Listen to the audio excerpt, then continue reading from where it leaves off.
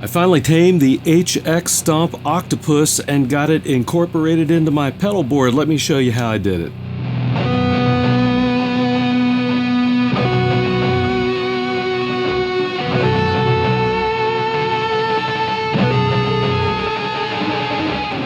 You may have seen a recent video that I posted in which I likened the HX Stomp to an octopus because of its unwieldy numbers of inputs and outputs on three sides of the pedal. Well, I got a lot of interesting comments, and many of them suggested that I stop whining and get a new set of patch cables. So guess what? I did. And I got the HX Stomp incorporated into my Pedal Train Classic Pro pedal board. Here's what I've got going on. So as you can see, in the middle of the board, my HX Stomp is mounted. And this is because I still feel like the inputs and outputs are not optimally organized. And for the cables that I have, it made more, and actually also in the way that I'm using the pedal, it kind of makes more sense to have it in the middle of the board. And by the way, the pedals that I purchased to kind of put this together are Rockboard flat patch cables. So I got a lot of great suggestions from folks on the other video for different brands. I decided to go with the Rockboards because they are flat, they're low profile, which is cool, and they're also very moderately priced, which is also cool. And then thirdly, they sound fine to me. Okay, anyhow, I've got my baritone here, my PRS baritone, and let's just walk through how I've got these pedals connected to the HX Stomp. So first of all, I'm going direct from the guitar into the Wampler Ego compressor. So as you might guess, this is going to front end into the HX Stomp. And by the way, here, I'll get to the stomp in a minute, but here is my just dry signal.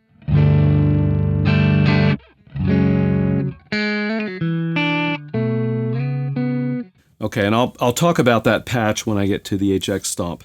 All right, so Wampler Ego compressor, turn it on, here's what I get.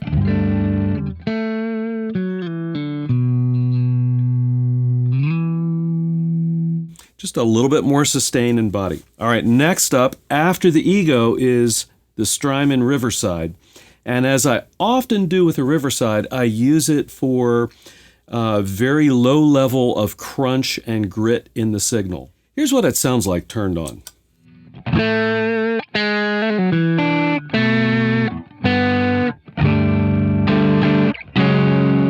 Okay, so I'm just kind of adding some grit to the signal, a little bit of high end.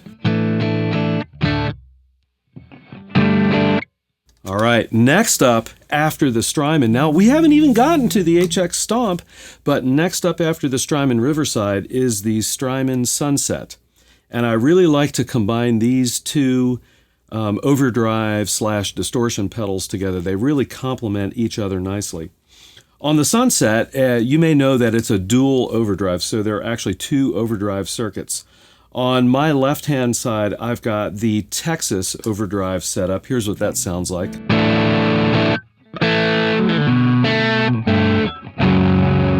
Okay, yeah, kind of a nice beefy sound, but not crazy gainy. All right, on the right-hand side, I've got the hard type, and you can hear the sound already, and it's a much higher level of drive.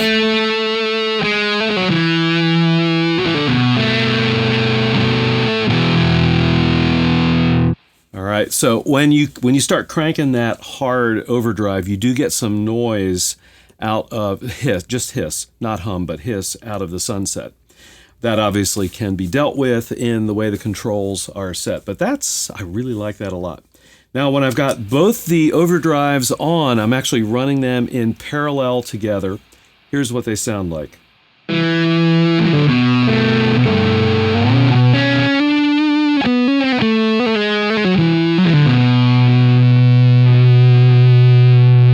Oh yeah, lots of sustain. Now, let me go ahead and add that overdrive in from the Riverside.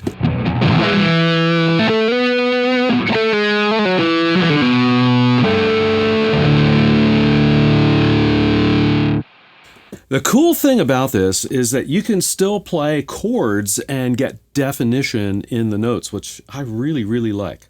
All right, so let me turn all this stuff off for a moment, and let's talk about the HX Stomp itself. So we've got the Wampler Ego, the Riverside, and the Sunset, and then we're putting that mess into the input of the HX Stomp. And what I've got dialed up on the HX Stomp is this.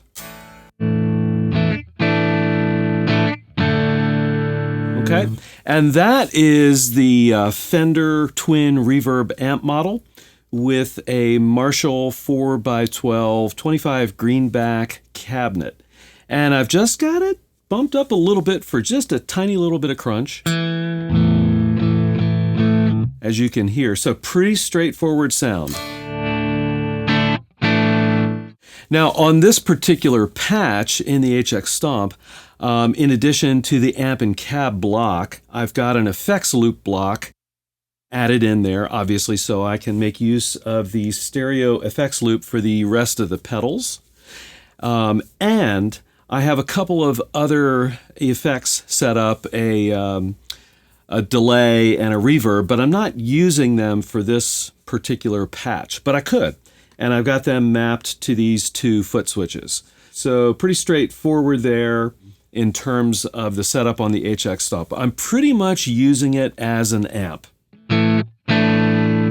which is great because I need an amp. All right, so let's talk about the effects loop.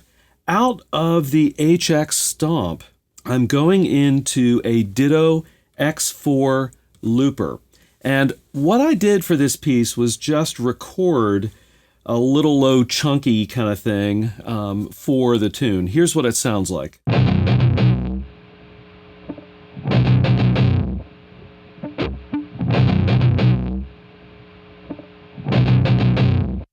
All right, so kind of annoying, just, you know, how it sounds just by itself.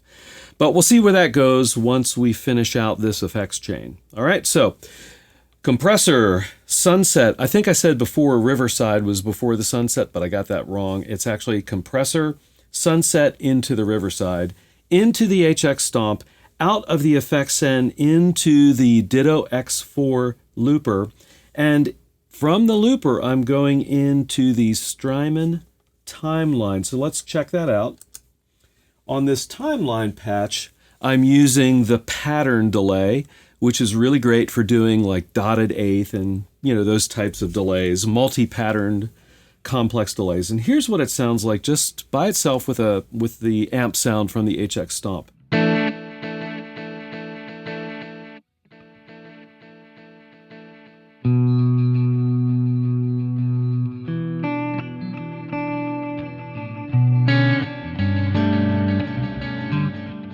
All right, so cool.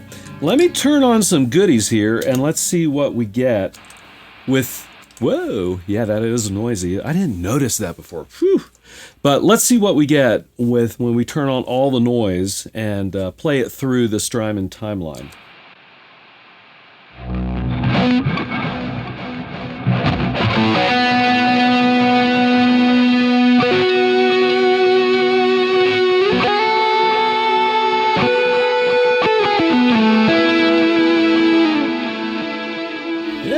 That's pretty cool. Now there's one other ingredient to the sound I need to talk about, and that is this little guy right here, the tone control on my guitar. For the tune and for a lot of my lead work, I roll it all the way down to lower the tone, make it more muffled sounding, which I think gives a really nice, thick kind of tone. And here's what that sounds like.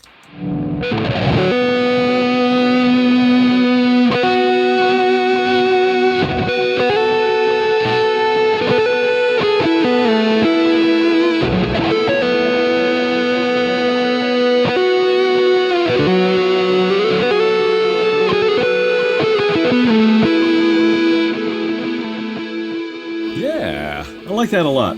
Now, there's a lot of gain going on in this patch, and that Strymon pattern delay gets a lot of thick textures in the tone, and you can easily get out of control very easily.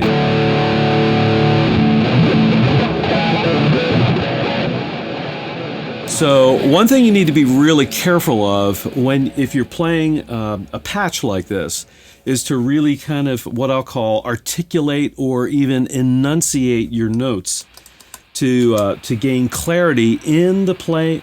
Sorry about that. In the playing itself. So here's what I mean.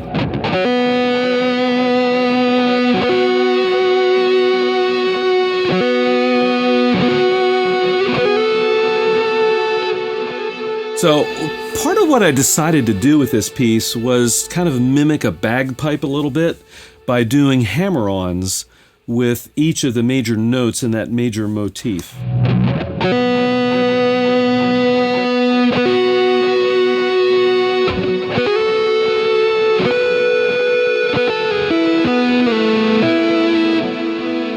And what that does is it really helps to articulate the notes to kind of cut through all that gain. Now, another way around that is simply to kind of redial the patch in so you don't have quite as much gain, but I kind of like it. Lastly, let's talk about the Strymon BigSky. For this patch, the BigSky's turned off. Yeah, it really is. And I was playing around with the timeline and the BigSky together, and it was just too much. So I do have just a hall set up. Yeah, which is actually a very nice sounding reverb. But again, for the timeline combination, the combination of both of them was just too much. So I thought, I'm just going to get rid of it. Here's what the whole thing sounds like with the loop. And the loop is actually going through the effect, through the timeline.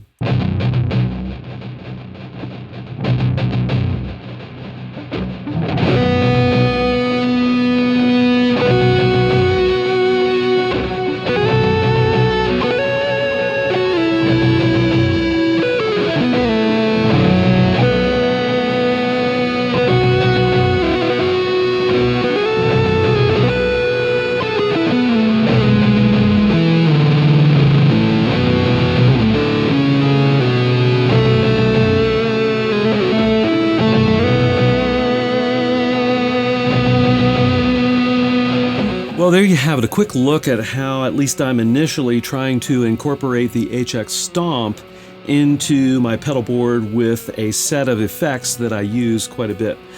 I kind of like where it's going. Now, I feel like I need to really tweak and fine-tune what's going on in the HX Stomp a little bit better. I like that amp sound, but I think I can really dial it in a little bit better to improve the tone even more. But you know, I think there is some value to considering using the Stomp as kind of the brain of your pedal board. Now, again, that doesn't mean I like the inputs and outputs and how they're laid out on the pedal. But my whining and complaining aside, I think it's well worth your consideration if you need a pedal board brain. If you haven't already done so, please subscribe and hit the bell notification so you don't miss a thing. I'd love to have you on board with this amazing, awesome ambient guitar community. And as always, I'll see all of you on the next video.